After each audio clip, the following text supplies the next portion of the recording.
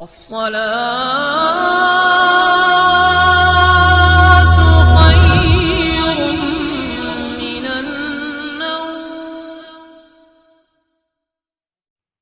علیکم ورحمۃ اللہ۔ میرے عزیز دوستو، آج کل زیادہ تر لوگ اپنی شادی کے بعد یہ بھول جاتے ہیں کہ ہمارے زندگی میں ہر ایک کام شریعت کے حکم کے مطابق ہونا ضروری ہے۔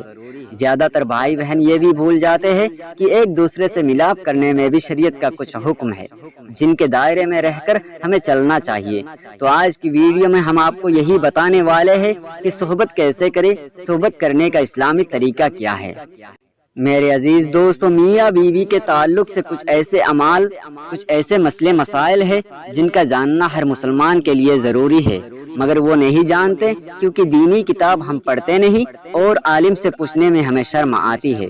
مگر عجیب بات ہے کہ مسئلہ پوچھنے میں تو ہمیں شرم آتی ہے، مگر وہی غیرت اس وقت مر جاتی ہے جب دلہا اپنے دوستوں کو اور دلہن اپنے سہیلیوں کو پوری رات کی کہانی سناتی ہے۔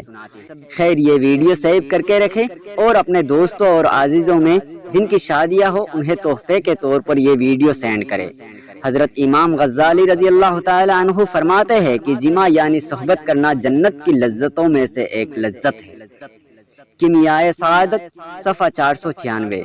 حضرت جنید بغدادی رضی اللہ تعالی عنہ فرماتے ہیں کہ انسان کو جماع کی ضرورت اس طرح ہے جیسے کہ انسان کو غذا کی ضرورت ہے، کیونکہ بیوی دل کی طہارت کا سبب ہے۔ احیاء العلوم جلد 2 صفحہ 29۔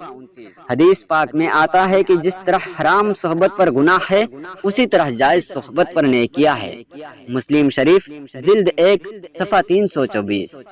ام المومنین سیدنا عائشہ صدیقہ رضی اللہ تعالی عنہ سے مروی ہے کہ حضور صلی اللہ تعالی علیہ وسلم ارشاد فرماتے ہیں کہ جب ایک مرد اپنی بیوی کا ہاتھ پکڑتا ہے تو اس کے نامہ اعمال میں ایک نیکی لکھ دی جاتی ہے، اور جب اس کے گلے میں ہاتھ ڈالتا ہے تو 10 نیکیاں لکھی جاتی ہے، اور جب اس سے صحبت کرتا ہے تو دنیا و ما فیہا سے بہتر ہو جاتا ہے، اور جب غسل جنابت کرتا ہے تو پانی جس بال پر گزرتا ہے تو ہر بال کے بدلے ایک نیکی لکھی جاتی ہے، اور ایک گناہ کم ہوتا جاتا ہے اور ایک درجہ بلند ہوتا جاتا ہے۔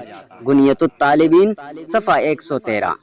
حضرت عبداللہ ابن مسعود رضی اللہ تعالی عنہ سے ایک شخص نے عرض کیا کہ میں نے جس لڑکی سے شادی کی ہے مجھے لگتا ہے کہ وہ مجھے پسند نہیں کرے گی، تو آپ فرماتے ہیں کہ محبت خدا کی طرف سے ہوتی ہے اور نفرت شیطان کی طرف سے ہوتا ہے، تو ایسا کرو جب تم پہلی بار اس کے پاس جاؤ تو دونوں وضو کرو اور 2 رکعت نفل شکرانہ اس طرح پڑھو کہ تم امام ہو اور وہ تمہاری اقتدا کرے، تو انشاءاللہ تم اسے محبت اور نفع کرنے والی پاؤ گے۔ غنیۃ الطالبین صفحہ 115۔ نماز کے بعد شوہر اپنی دلہن کی پیشانی کے توڑے سے بال نرمی اور محبت سے پکڑ کر یہ دعا پڑھے: اللہم انی اسألک من خیرہا وخیر ما جبلتہا وعلیہ واعوذ بک من شرہا ما جبلتہا وعلیہ۔ تو نماز اور اس دعا کی برکت سے میاں بیوی کے درمیان محبت اور الفت قائم ہوگی انشاءاللہ۔ ابو داؤد صفحہ 293۔ خاص جماع کے وقت بات کرنا مکروہ ہے اور اس سے بچے کے توتلے ہونے کا خطرہ ہے۔ اسی طرح اس وقت عورت کی شرمگاہ کی طرح نظر کرنے سے بھی بچنا چاہیے کہ بچے کا اندھا ہونے کا امکان ہے۔ یوں ہی بالکل برہنہ بھی صحبت نہ کرے ورنہ بچے کے بے حیا ہونے کا اندیشہ ہے۔ فتوائے رضویہ جلد 9 صفحہ 46۔ ہم بستری کے وقت بسم اللہ شریف پڑھنا سنت ہے، مگر یاد رہے کہ سطر کھولنے سے پہلے پڑھے، اور سب سے بہتر ہے کہ جب کمرے میں داخل ہو تب ہی بسم اللہ شریف پڑھ کر دایاں قدم اندر داخل کرے۔ اگر ہمیشہ ایسا کرتا رہے گا تو شیطان کمرے سے باہر ہی ٹھہر جائے گا، ورنہ وہ بھی آپ کے ساتھ شریک ہوگا۔ تفسیر نعیمی جلد 2 صفحہ 410۔ اعلیٰ حضرت فرماتے ہیں کہ عورت کے اندر مرد کے مقابلے 100 گنا زیادہ شہوت ہے، مگر اس پر حیا کو مسلط کر دیا گیا ہے، تو اگر مرد جلدی فارغ ہو جائے تو فوراً اپنی بیوی سے جدا نہ ہو بلکہ کچھ دیر ٹھہرے پھر الگ ہو۔ فتوائے رضویہ جلد 9 صفحہ 183۔ جماع کے وقت کسی اور کا تصور کرنا بھی زنا ہے اور سخت گناہ ہے، اور جماع کے لیے کوئی وقت مقرر نہیں ہے۔ ہاں بس اتنا خیال رہے کہ نماز نہ فوت ہونے پائے، کیونکہ بیوی سے نماز، روزہ احرام، اعتکاف، حیض و نفاس اور نماز کے ایسے وقت میں صحبت کرنا کہ نماز کا وقت نکل جائے، ایسا کرنا حرام ہے۔ فتوائے رضویہ جلد 1 صفحہ 584۔ مرد کا اپنی عورت کی چھاتی کو مہر لگانا جائز ہے، مگر اس طرح کی دودھ حلق سے نیچے نہ اترے، یہ حرام ہے۔ لیکن ایسا ہو بھی گیا تو توبہ کرے، مگر اس سے نکاح پر کوئی فرق نہیں آتا۔ در مختار جلد 2 صفحہ 58۔ فتوائے رضویہ جلد 1 صفحہ 568۔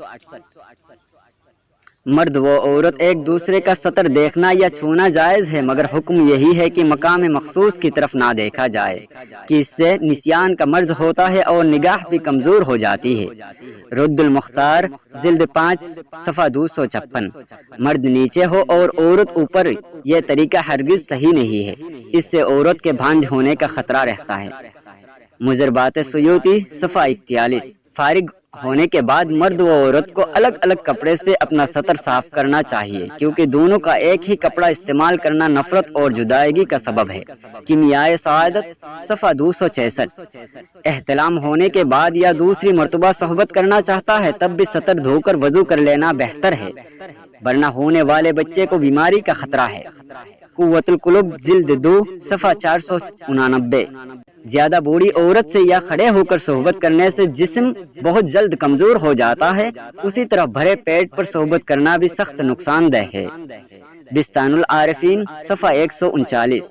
جماع کے بعد عورت کو دائیں کربٹ پر لیٹنے کا حکم دے کہ اگر نطفہ قرار پا گیا ہو تو انشاءاللہ لڑکا ہی پیدا ہوگا۔ مضربات سیوطی صفحہ 42۔ جماع کے فوراً بعد پانی پینا یا نہانا صحت کے لیے نقصان دہ ہے۔ سطر دھو لینا اور دونوں کا پیشاب کر لینا صحت کے لیے فائدہ مند ہے۔ بستان العارفین صفحہ 138۔ طبیب کہتے ہیں کہ ہفتے میں 2 بار سے زیادہ صحبت کرنا ہلاکت کا باعث ہے۔ شعر کے بارے میں آتا ہے کہ وہ اپنی مادہ سے سال میں 1 مرتبہ ہی جماع کرتا ہے اور اس کے بعد اس پر اتنی کمزوری لاحق ہو جاتی ہے اگلے 48 گھنٹوں تک وہ چلنے پھرنے کے قابل بھی نہیں رہتا، اور 48 گھنٹوں کے بعد جب وہ اٹھتا ہے تب بھی لڑکھڑاتا ہے۔ مضربات سیوطی صفحہ 41۔